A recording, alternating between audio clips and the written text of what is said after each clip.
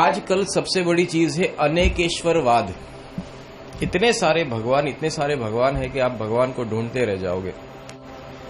कितने सारे धर्म, अगर पृथ्वी के ऊपर अगर धर्म देखा जाए तो इतने सारे धर्म हो गए। तो पहली तो बात यहां पर आती है कि इतने सारे धर्मों में सच्चा धर्म कौन सा, और सच्चा धर्म अगर ढूंढ लिया जाए तो उसमें इतने सारे ईश्वर में सच्चा ईश्वर कौन सा। यहां तक कि एक धर्म के एक ईश्वर नहीं होते, बहुत सारे होते। एक धर्म के भी एक ईश्वर नहीं होते, बहुत सारे ईश्वर होते। तो ईश्वर को पकड़े तो कैसे पकड़े, और कौन सा ईश्वर। और दूसरी बात है कि ईश्वर अगर है तो उनकी अनुभूति कराएगा कौन। हम सभी कहते ईश्वर है, मालिक है, पर अनुभूति, बिना अनुभूति तुम चलोगे कैसे। अनुभूति तो है ही नहीं। तो ये अनुभूत कराने का कार्य गुरुदेव करते हैं। इसे कहा जाता है कि आजकल जो अनेकेश्वरवाद की ऐसी उदय है जिसने समाज को पूरी तरह से खा लिया है। हिंदू धर्म में देखा जाए तो 33 कोटि देव है। अगर आप आज से एक ईश्वर को भजना शुरू करो तो जिंदगी पूरी हो जाएगी, पर ईश्वर पूरे नहीं होंगे।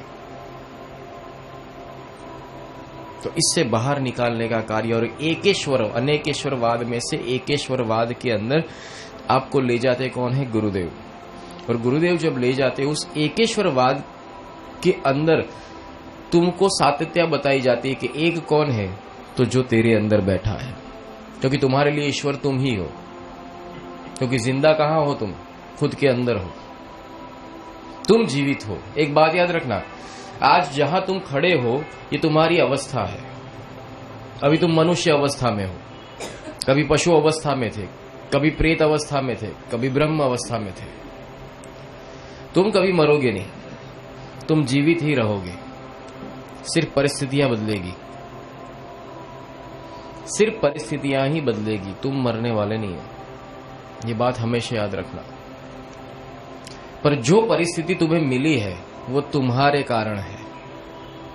पिछले जन्म में तुमने बहुत सुंदर कर्म किए होंगे तो शायद तुम मनुष्य बने हो, या तो ऐसा भी कहा जाता है कि पिछले जन्म में तुम इतने दिव्य थे, परब्रह्म थे, पर वहां से श्रापित हुए इसलिए मनुष्य बने। कुछ लोग कहते हैं कि ये तो बहुत पुण्य का कार्य है, बहुत पुण्य संचित किए होगे तब मनुष्य जन्म मिलता है। पर ऐसा भी हो सकता है कि तुम तो परब्रह्म थे, परब्रह्म में से मनुष्य कैसे हो गए। उस अवस्था को समझो और वापिस उस अवस्था में जाओ। तुम्हें तुम्हारे स्वरूप की पहचान करनी है। जब तक इस स्वरूप की पहचान नहीं तब तक जाओगे कैसे। एक एग्जाम्पल बताता हूं। आपको कोई आपका संबंधी आकर कहे कि तेरे बाबूजी कौन से गांव में थे, बोले सोनगढ़ में थे। तो सोनगढ़ में तुम्हारी कोई प्रॉपर्टी है, बोले नहीं। बोले क्यों, तुम्हारी प्रॉपर्टी सोनगढ़ में है। बोले कैसे, बोले तुम्हारे दादाजी मकान छोड़ के गए थे, तुम्हारे तो दादाजी के 5 लड़के थे जिसमें एक तुम्हारे बाबूजी थे, तो 5 के नाम के 5 मकान रख के गए हैं।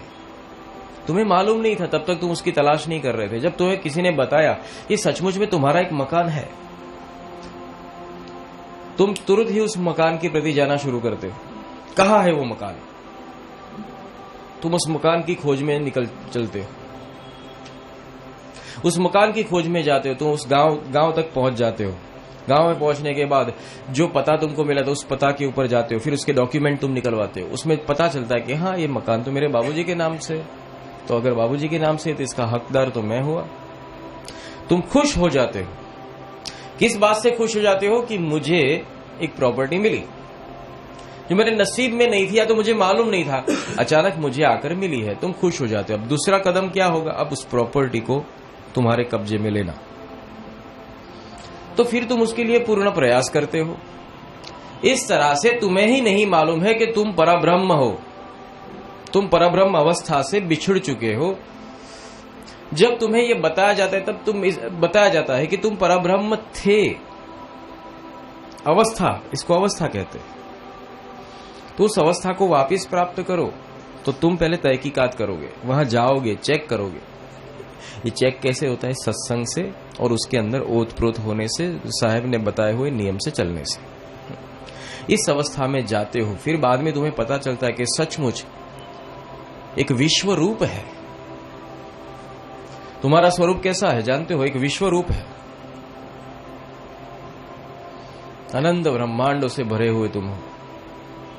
अभी तो तुम कल्पनाओं में जीते हो, सत्य कुछ और है। उस अवस्था में तुम थे, यही तुम्हारा रूप तुमको वापस प्राप्त करना है।